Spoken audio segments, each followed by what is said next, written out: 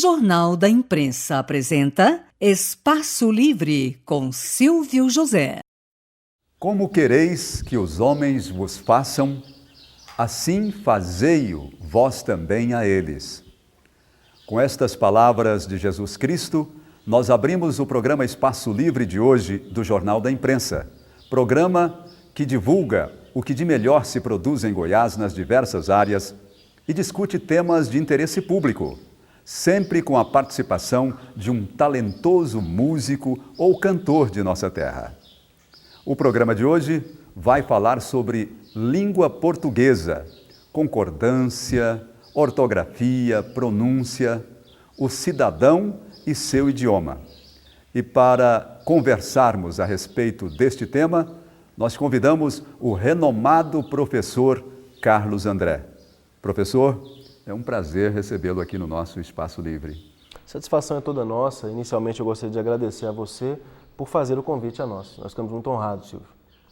E, além do professor, para melodiar o nosso programa, eu agora estou usando muito esse verbo, viu, professor? Depois o senhor nos fale sobre ele, viu? Para melodiar o nosso programa, nós convidamos este grande nome da música no estado de Goiás, um grande talento, versátil, cantor e músico, Geraldo Jorge. Geraldo, seja bem-vindo. Obrigado, um abraço, Silvio José, um abraço, professor, que tenhamos aí a paz nos nossos corações. O nosso programa de hoje, eu creio que vai despertar muita atenção, porque língua portuguesa é sempre motivo de discussão, de polêmica. E, ao mesmo tempo, é uma gostosura, não é? Porque a gente está sempre aprendendo um pouquinho mais nessas polêmicas, nessas discussões. Professor, como é que está a absorção por parte dos cidadãos, da população, das pessoas, da nova ortografia, dessas mudanças que ocorreram para o acordo ortográfico? Bem, inicialmente, Silvio, eu gostaria de parabenizar você e a toda a sua equipe pela escolha da frase que iniciou o nosso programa. Eu quero deixar bem clara a ideia de que nós vamos aqui hoje, Silvio, é até interessante nós falarmos isso para que o nosso ouvinte possa nos entender bem. Nós não estamos comentando aqui sobre o padrão coloquial da língua portuguesa. Porque quando se fala em língua portuguesa, nós não falamos naturalmente apenas no padrão formal. Confunde-se muito isso. Em Goiás, por exemplo, nós temos o nosso goianês, né? Nós temos no Nordeste um dialeto falado que não deixa de ser língua portuguesa. Isso é bom deixar bem claro. Nós temos muitas músicas em Goiás que possuem aquilo que se chama de desvio ao padrão formal, como, por exemplo, outro dia estava em Tocantins e ouvi minha avó falando uma coisa que me deixou bastante interessado do ponto de vista linguístico. Ela disse: nossa, meu filho, não é de hoje que eu tenho pensado em você. Tipo assim, tecnicamente não é de falando, hoje. Não é de hoje. Se chama em português composição por aglutinação. Ela pegou várias palavras e fez com que essas palavras fossem aglutinadas. E isso é um processo da língua. Agora, o que nós temos que compreender e compreender bem é que isso não é aceito como sendo norma culta. Aquilo que se chama de norma culta, aquilo que se chama de padrão formal, ou seja, não deve ser usado no momento mais formalizado, digamos assim, na língua portuguesa. Esta frase que aí está, que é uma frase bíblica, e aí nós sabemos que a Bíblia deve estar de acordo com o padrão formal, porque é o padrão que nos une, e aí é muito importante destacar, é o padrão que nos une a nós, todos os brasileiros, em momentos formais, naturalmente. É importante destacar que essa frase, por exemplo, para que alguém possa compreendê-la, tem que dominar o padrão formal da língua. E eu pediria a você que repetisse novamente essa frase para que nós possamos interpretá-la, Silvio. E a importância de saber gramática para que nós possamos interpretá-la. Por gentileza, repitamos. Como quereis que os homens... Como quereis. Esse quereis está, obviamente, no verbo querer, flexionado na segunda pessoa do plural, que seria o vós. Então, como vós quereis? Daí nós chegamos à seguinte explicação. Porque quando rezamos o Pai Nosso, nós sempre usamos vós. Porque não nos referimos ao Pai como onipresente, onipotente. A pessoa vós é usada muito assim. No mundo jurídico, você também que é jurista, que sabe muito bem disso, há até um pronome de tratamento que é usado, que é o Vossa Excelência, que advém disso, para indicar respeito. Esse vós Não quer dizer no Brasil hoje mais de um. Esse vós indica respeito. Quando no tribunal, no Supremo, por exemplo, alguém se dirige ao ministro Gilmar Mendes e o chama de vós, é para indicar respeito. Então, quando se fala em vós, especificamente na Bíblia, dirige-se ao Pai. Então, como vós quereis? E esse vós que está ao Pai. Só que a Bíblia também passa uma mensagem a nós. Aí esse nós, a Bíblia chama de vós, que somos nós todos. Então, quando o profeta escreveu, como vós quereis, esse vós está se referindo, nesse caso específico, não ao Pai, mas sim a nós. Quando rezamos o Pai Nosso, esse vós refere-se ao Pai. Então, como vós quereis... Como vós quereis que os homens vos façam, assim fazei-o vós também a eles. Por que fazei-o vós também a eles? Por que não fazeis? Esse verbo também, para que haja concordância, como você colocou muito bem ao início do programa, ele deve se flexionar também na segunda pessoa do plural. Então, por que fazei? Quando rezamos o Pai Nosso, nós pensamos, perdoai, rogai. De onde é que vem isso? Vem do presente, do indicativo, a segunda pessoa do plural. Mais ou menos assim, o verbo é cantar. Eu canto, tu cantas, ele canta, nós cantamos, vós cantais. Quando eu falo vós cantais, tire o S, cantai. Cantai vós. Eu amo, tu amas, vós amais. Amais, tire o S, vira amai. Então, por isso rogai, por isso cantai, por isso fazei-o. Fazei-o, assim, está pedindo a alguém para que alguém faça. No vós, segunda pessoa do plural. Ou seja, para entender isso tem que ter a norma padrão. Mas a Bíblia também já tem uma versão renovada que traz uma linguagem mais informal. Na verdade, quando se fala na chamada linguagem informal, nós temos alguns princípios de formalidade ou informalidade que são medianos.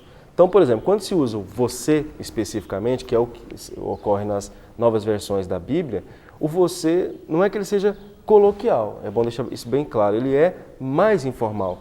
Mais informal quer dizer mais comum, as pessoas entendem mais, porque se usa mais o termo você. Então, quando se diz faça isso, pegue aqui para mim, isso é muito mais compreensível no dia a dia do que pegai, do que fazer. Então, sim, isso tem acontecido e isso é até bom, porque a língua é dinâmica. Agora, é claro que nós podemos ler Memórias Póstumas de Brás Cubas, lá é vós. A Bíblia, na maioria das versões, e lá seria vós, e por esse motivo nós temos que realmente entender. Por isso, parabenizar a escolha dessa frase. Ela foi interessantíssima para o início do programa, porque ratifica o quanto nós temos que dominar o chamado padrão formal da língua portuguesa também. E só em cima dessa frase nós faríamos o programa inteiro hoje. Sem dúvida. E essa frase, aliás, é muito interessante. É como se dissesse a você o seguinte, olha... Mas nós temos mais outras coisinhas, viu? Pois sim. E é interessante, faça sempre às pessoas aquilo que você quer que elas façam a você. É isso que essa frase quer dizer, resumindo. Tá certo. Professor, nós temos agora o Geraldo para enfeitar o nosso ambiente ainda mais, né? Pois ambiente bonito aqui, nós estamos num cenário especial. E o Geraldo vai fazer uma apresentação de uma música muito bonita que tem a ver, nós tínhamos até instantes atrás, o cantar dos pássaros. Eu não sei o que aconteceu, que os passarinhos pararam de cantar, mas nós tivemos e certamente eles voltarão a cantar aqui nesse ambiente, um ambiente muito gostoso. O Geraldo vai fazer uma música que combina com esse ambiente. Inclusive com o cantar dos pássaros e o tema do português que ela traz. Voltaram a cantar. Sim, é um chamamento, né?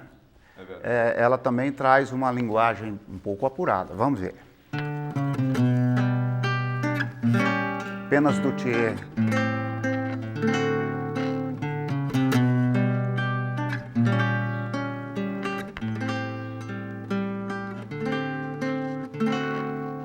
Vocês já viram lá na mata a cantoria da passarada quando vai anoitecer,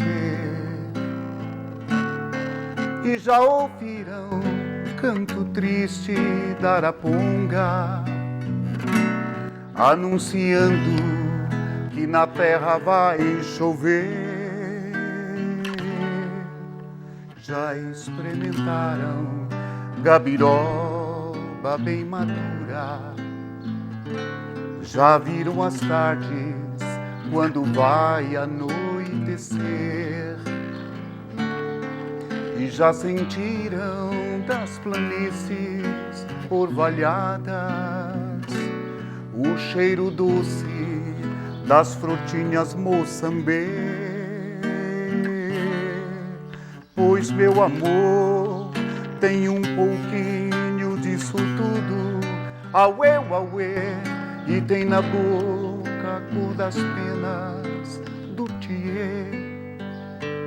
Quando ele canta, os passarinhos ficam mudos.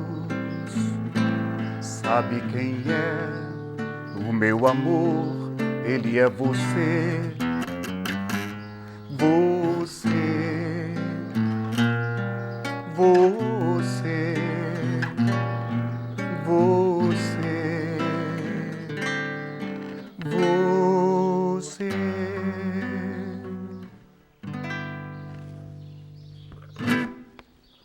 Música linda, música gostosa. Penas do Thier? Penas do Thier. Thier é um pássaro, né? E ele comanda, pela beleza do seu canto, ele comanda os passarinhos. Por isso que a música fala que os passarinhos ficam mudos, dado o amor que é impresso no canto do Thier, né? Existe um pássaro na Amazônia que me parece que só canta uma vez ao ano, o Irapuru. Ah, o Irapuru. Né? E dizem que quando ele canta, também os outros emudecem. Mais ou menos parecido com o caso do Thier, né? É, o Thier. Geraldo, esse talento, participou de grandes programas de televisão, de rádio, na época de Juventude Comanda, sim, República Livre do Cerradão, O Mundo é das Crianças. Chacrinha. Chacrinha, você participou do programa do Chacrinha? Buzina ou da discoteca? Da Buzina. Eu cantei num programa em Recife, no Teatro Santa Isabel, e lá o prêmio maior foi cantar uma apresentação no Chacrinha. E foi muito interessante aquilo, a gente entrava cantando uma música romântica e aquela palhaçada toda, a buzina na orelha da gente, mas não fomos buzinados, não. Por que você cantou lá no Chacrinha? Eu cantei uma música do Márcio Greik. Quanto sinto em dizer-te, Linda, linda. que me podes desprezar. Por aí. Márcio Greik, outro grande sucesso nos anos 70? 70. 70, né? 70. Já veio de fim de Beatles, fazendo umas versões. Geraldo, nós vamos saber do professor Carlos André agora sobre como é que ele está vendo, está observando a absorção da população, dos cidadãos, quanto a essas mudanças do acordo ortográfico. Como é que está sendo isso lá, com seus alunos? Bem, O professor tem o Instituto Carlos André. exatamente. Nós criamos o Instituto Carlos André, que é um centro de excelência em língua portuguesa, em produção de texto, uma escola que prepara tanto para concursos públicos quanto vestibulares e também para atualização no dia a dia na nossa chamada última flor do laço, última flor do latim, a nossa língua portuguesa. E o que nós temos percebido dos nossos alunos? Temos comentado a respeito desse assunto, escrevi um livro sobre isso. Silvio, as pessoas no Brasil, isso é perceptível, elas se acostumam bem com as mudanças. O brasileiro tem essa tendência a se acostumar melhor com as mudanças. Até porque as mudanças, principalmente do ponto de vista da acentuação gráfica, elas foram muito boas. Muita gente questiona os princípios da reforma ortográfica e, na verdade, óbvio que nós temos, como fomos alfabetizados numa ortografia anterior, isso causa um alarde inicialmente, mas nós vamos nos acostumar. Eu vou dar um exemplo clássico de uma mudança, e aí, Geraldo, interessante nós observarmos, sobre a nova ortografia, ou na nova ortografia, em que, me parece, houve um questionamento, mas que foi lógico. Imaginemos a palavra, por exemplo, herói.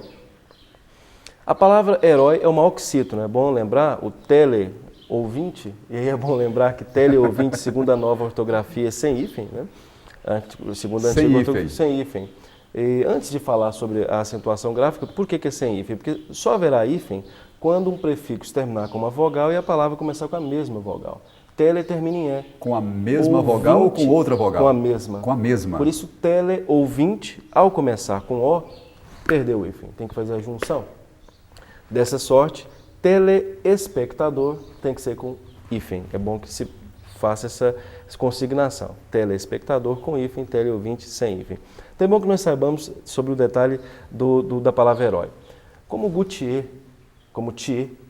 que é o pássaro, Thier não houve qualquer modificação. Thier é uma oxítona terminada em E.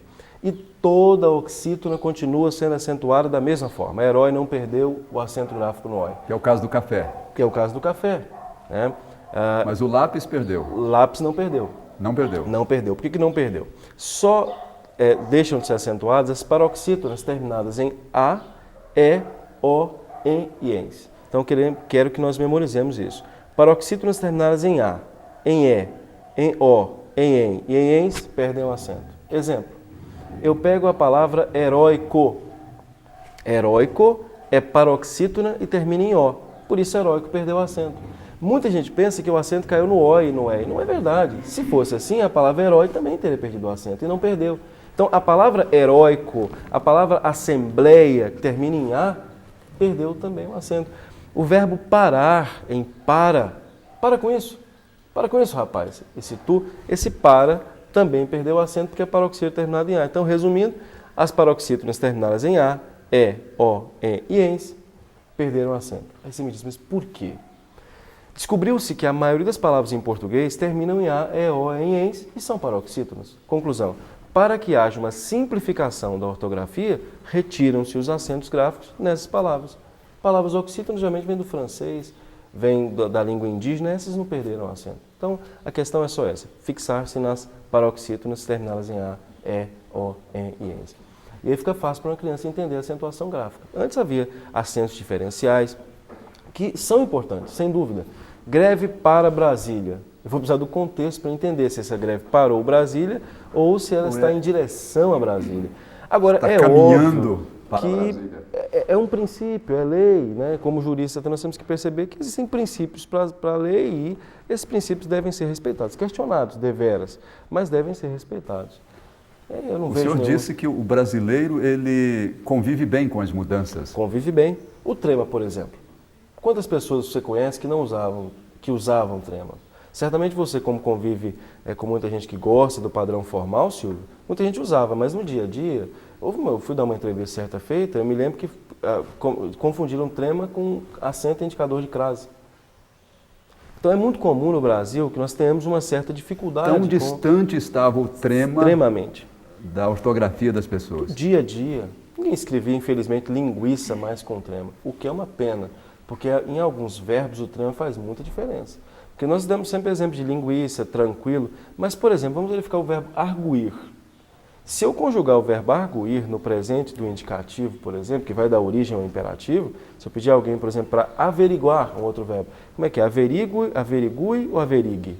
Antigamente havia um trema para dizer, havia um acento tônico para dizer, hoje não há. Então, óbvio que as pessoas vão ter que ter um pouquinho mais de cuidado ao analisar o dicionário. Mas a reforma ela tem um poder, um quê de simplificação importante também. Professor, de novo, o senhor disse que o brasileiro se familiariza com uma certa facilidade. Pois sim. Então, o brasileiro se adequa bem? Está correto? Interessantíssima essa observação. Se Está adequa correto? e não se adequa. Se adequa. Porque se